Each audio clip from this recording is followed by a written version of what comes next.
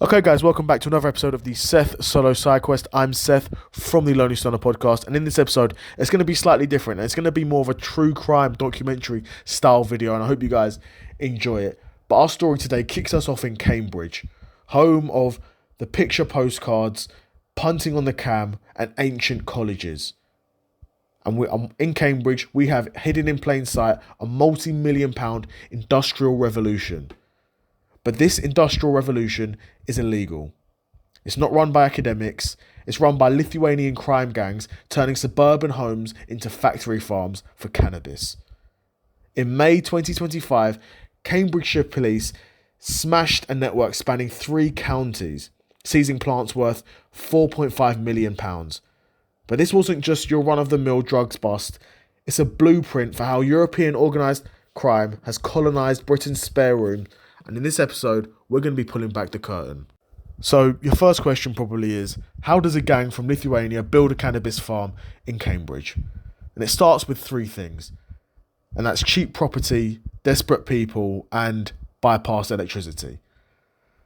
The property play is a huge factor here, where gangs rent run-down terraces in towns like Wisbech and Boston. Why do they do that? Well, it's isolated, it's got low rent, and honestly, Brits rarely ask questions. One bust in Huntington netted 735 plants in a single house with a street value of 700 grand. Then of course we've got the human cost. Vulnerable migrants, often trafficked, tend to the crops, paid pennies, trapped by debts or threats, and police found gardeners sleeping on sold mattresses beside 1,500 plants. Then we've got the tech. Hydroponic systems, diverted power lines, blacked out windows. These guys aren't amateurs, they're engineers for profit. And we've got a quote from Detective Matt Launch, and he describes these groups as industrial. They'll gut a house, rewire it, harvest 500 grand worth of cannabis in 12 weeks, and then they will vanish. So how does the cannabis grown in Cambridgeshire get down to London, and how these guys really make their money? This is where we have the delivery fleet. The underwear courier. Cashton Henry, who is aged 19, is caught on CCTV dealing from his pants in Cambridge's Market Street. Police found 36 wraps of weed and MDMA and a knife. Classic county lines. Then we've got the ghost network. Gangs use encrypted apps to take orders. Drivers ferry drugs in modified Ubers or even NHS ambulances. Then we've got the money flow. Profits get laundered through car washes, nail salons, nowadays even crypto. And one gang funneled £2 million through Lithuanian loans. Believe me, these guys aren't street corner chaos. This is Amazon Prime for weed. Before this, in February 2025, police launched Operation Millie, a nationwide blitz on cannabis networks. The Lithuanian gang's downfall started with a whisper, neighbours reporting sweet smells and late-night vans. The raids included 12 properties hit across Cambridgeshire, Norfolk and Lincolnshire. 1,500 plus plants were seized in Peterborough, Wisbech and Holbeach, resulting in 7 arrests in 48 hours. All were linked to a single Lithuanian kingpin. Then we've got a quote from Detective Superintendent Chris Treadwell. He said, "We hit them where it hurts, their pockets. £1.7 million wiped off the market overnight." And sentencing saw ringleaders Salilari and Arapi got 3+ years in jail and then deportation. 5 of the gardeners got 7 months in prison, largely regarded as pawns sacrificed to protect the bosses. But this isn't just about the gangs, it's about demand. Britain's cannabis market is worth £2.5 billion annually. But why?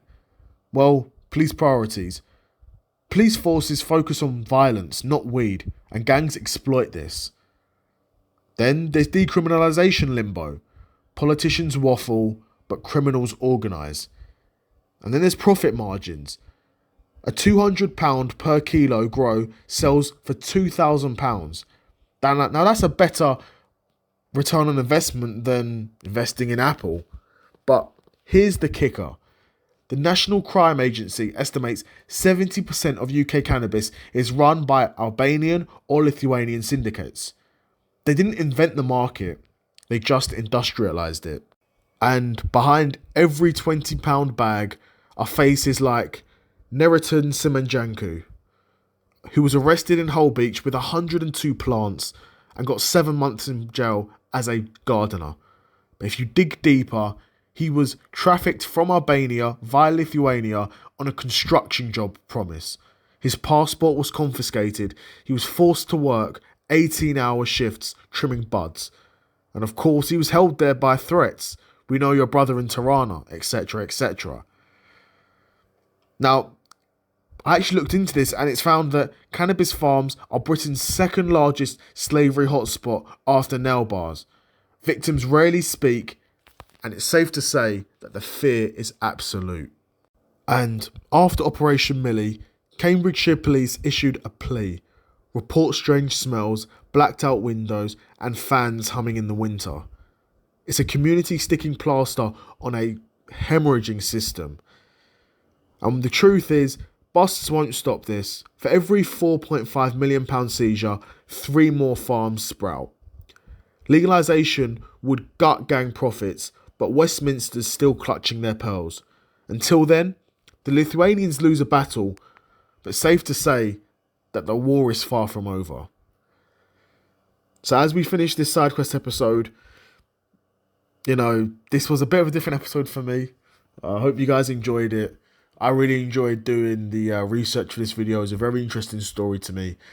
If you guys like these sorts of videos, I might do more of them. I mean, even if you don't, I might still do them because you know me, I'm Seth. When it comes to the content, it's hard to stop me. But yeah, another episode of the Seth Solo Side Quest in the bag, and I'm out. Peace.